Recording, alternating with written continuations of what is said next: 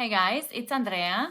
Today we're gonna do this beautiful rose quartz crystal eye, and it's like a mauve purple look with a lot of iridescence, and I think it turned out really nice.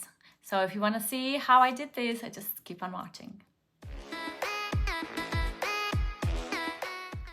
I used on this side of my face the powder from AuNaturale, and on this side of my face I used the Kosas concealer, which I use as a foundation because I'm testing a sunscreen underneath and I want to see how it acts with both powder and a liquid foundation. So you may see a little bit of a difference in color or not. Actually, I think it looks pretty similar.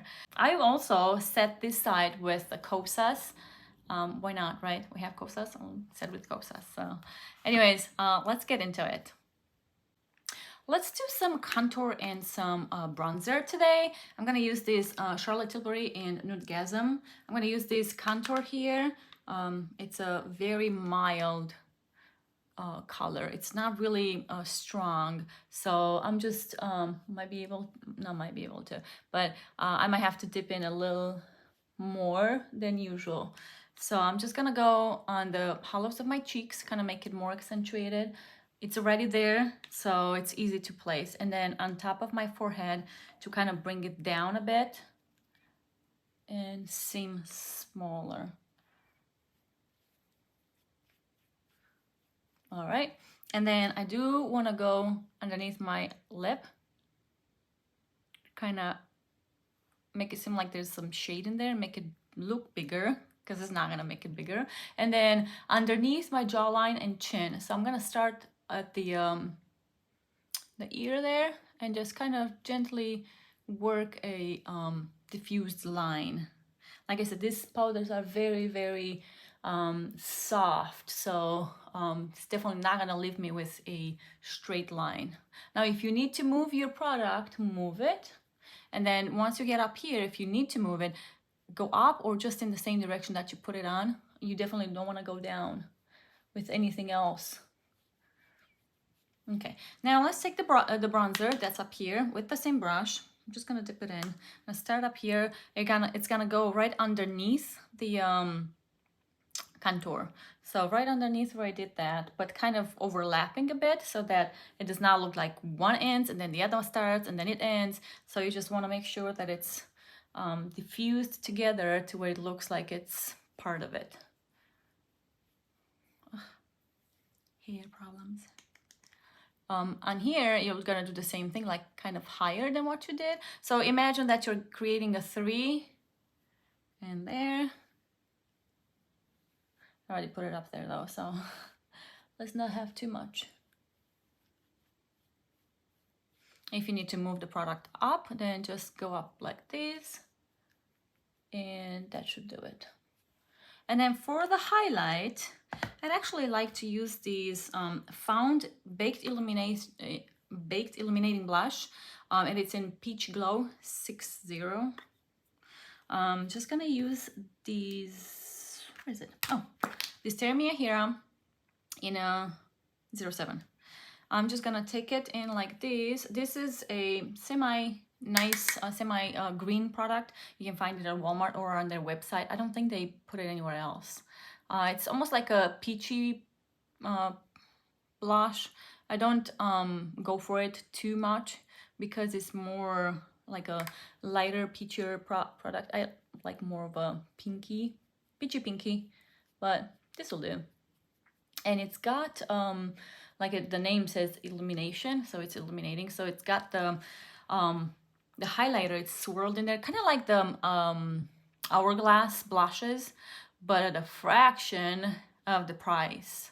And honestly, it does the same thing. I really believe so. Now, not all of them are gonna be the same because they're different colors and such, but definitely worth a try. I don't like to go too much into my middle of my face with the blush or anything. So I just, if I feel like it's too much, I just kind of wipe off with my hands. But that's about it. And it really brings a nice color to the face, and it's kind of illuminating, making it look a little bigger, which I like. Eliminates the need for a highlight unless you want to be extra, which by all means, go for it. But other than that, I mean, it does everything that it needs. One thing I forgot, it was my nose. So I'm just gonna go into both of these and just kind of swipe my nose to kind of make it seem a little smaller. Now, if you were to want to contour your nose, you would want to start at the eyebrow right here, and then just follow this curve and go on the side of your nose. Same here, like these. That way it kind of creates a little bit of a shade there, and it looks like it's skinnier, but mine is skinny enough. I don't need that. I just need it to be shorter looking. Anyways, this is it for the contour and the blush and the bronzer. And I am gonna do something, however. I'm gonna take this RMS Beauty highlighter in Grande, and I'm just gonna use my finger to take a little bit and just go on my Cupid's bow. I like a little bit of lightness there, like a iridescent light, because it makes my upper lip seem a tiny bit bigger. And I can use that. Okay. If it's not for you, then don't do it, but I like it. I like a little bit of thing. I want to do my eyebrows next, and I'm going to use these drawing eyebrows from Etude House. Very easy to use, lasting forever. Still have it. It's been so long since I've had it. And it also comes with a spoolie on the other side, which is so good, because I need a spoolie every time I do my eyebrows. So it's nice to have it there and not have to use something else. And I'm just gonna fill in what I feel that I need. It always depends. It's not always the same. I'm gonna turn it to some light.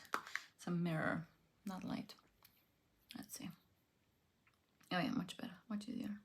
Now, if you have a lot to cover up or fill in, go for it. If not, just do what you need or what you're comfortable with. I know not everybody's comfortable with doing eyebrows. So just do you. You can always wipe it off if you put too much. Let's try to stay with like little strokes and work your way in. Most of the times I don't even do the front unless I have like a lighter color, or I see that I've lost some hairs there and it kind of looks ridiculous. But other than that, I just, I let it be. Okay, and then I'm gonna use these Airbrow from Kosas to kind of hold them in place a bit. It's just enough to keep them up and not have them down by the end of the day, or by midday actually, to be realistic. By midday, mine would be down. And I kind of like them when they're up and fluffy. Fluffy. Okay, and now for the eyes. What should we do for the eyes?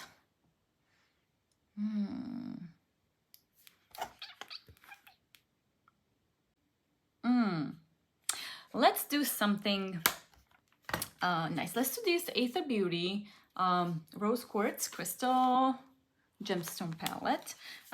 This is their older version. It looks like these. It's really pretty, though I'm not using a lot of the colors in here because it's just too much for me. I'm more of a natural kind of color girl. So I'm gonna start with these matte here, and I'm gonna place it, the latest matte, right up top to create a crease. So I'm gonna do that. It's almost like my skin color, which is it's fine. Did it crease yet? Yep. Gotta wipe it off. There we go.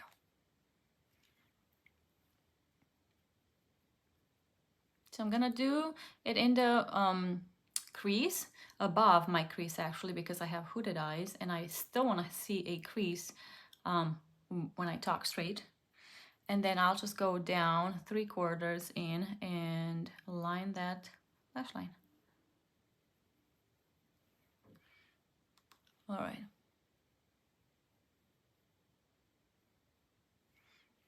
All right, now what I'm gonna do next is I'm gonna take these color here. It's kind of like purpley. You can see I used it a bunch. Make sure you tap your brush so that you don't go in with too much at one time. So I'm gonna start at the end of it. I'm gonna place my brush right here. I don't know if you can tell. I'm trying to take a very little amount so that it's not too much, but I might have not taken enough. So place it right there and then drag it down, pull it down towards your outer eyelash line, and then up like maybe a quarter. You definitely want to swirl it in, or just windshield motion, whatever you want to use, to kind of combine with the color you put in first and make it seamless. And then I'm gonna go also underneath the eyelash line, on my lower lash line, and just bring it in 1/4, but 1/4 only. All right. You want to make sure that you can still see the color when you're straightening, because sometimes it gets lost in there and you can't see nothing. All right, and with the same brush, but I'm just gonna shake it off a bit to kind of get rid of that excess. I'm just gonna get into this rose quartz, really pretty. And I'm gonna start in the middle here and then take it in the inner corner. So I'm gonna go back and forth. First, I wanted to just tap it so that I can place it in, and then I can just go ahead and move the product as I see fit. And then I'm also gonna go underneath the lash line, on the lower lash line, just 1/4. So we went 3/4 in with the first one, and we're just meeting with that first one. Make it seamless. Okay. And on top here, on the eyebrow, to kind of highlight it. Just a tiny bit. And then what I'm gonna do is, where's my magic eye pencil? I'm gonna go on the lower lash line and just line it to kind of make the eye look a little bigger. I like to go like this so it can melt with my eye and everything that's in there, to kind of make it seem less harsh, because it can be looking a little harsh if it's too much. So I'm gonna use the big Poppa from Wet n Wild and do the mascara. Need a little mirror.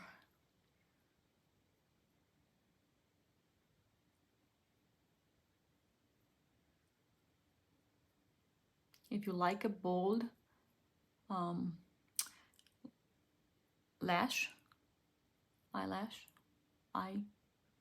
lashes, this would really do. You can really build it up if you want, or just leave it less. But it really does a good job coating the lashes, making them look thicker, and all that good stuff. And underneath, of course.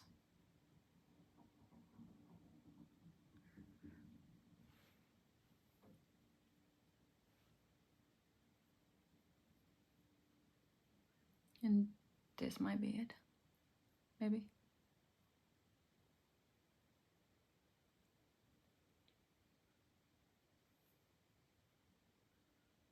Okay, stop playing. Here we go, I think.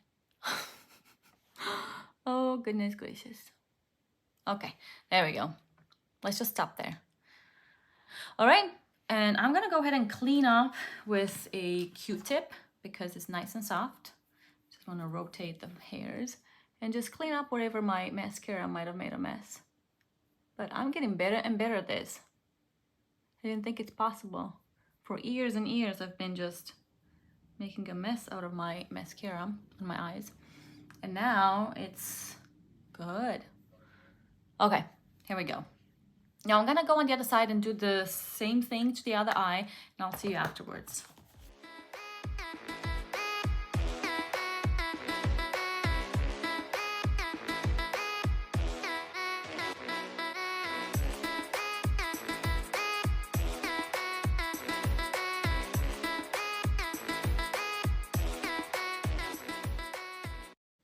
See the difference?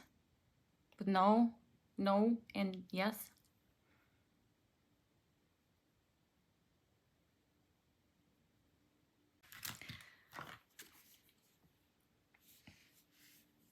Okay guys, thanks so much for watching. I'll see you later. Bye.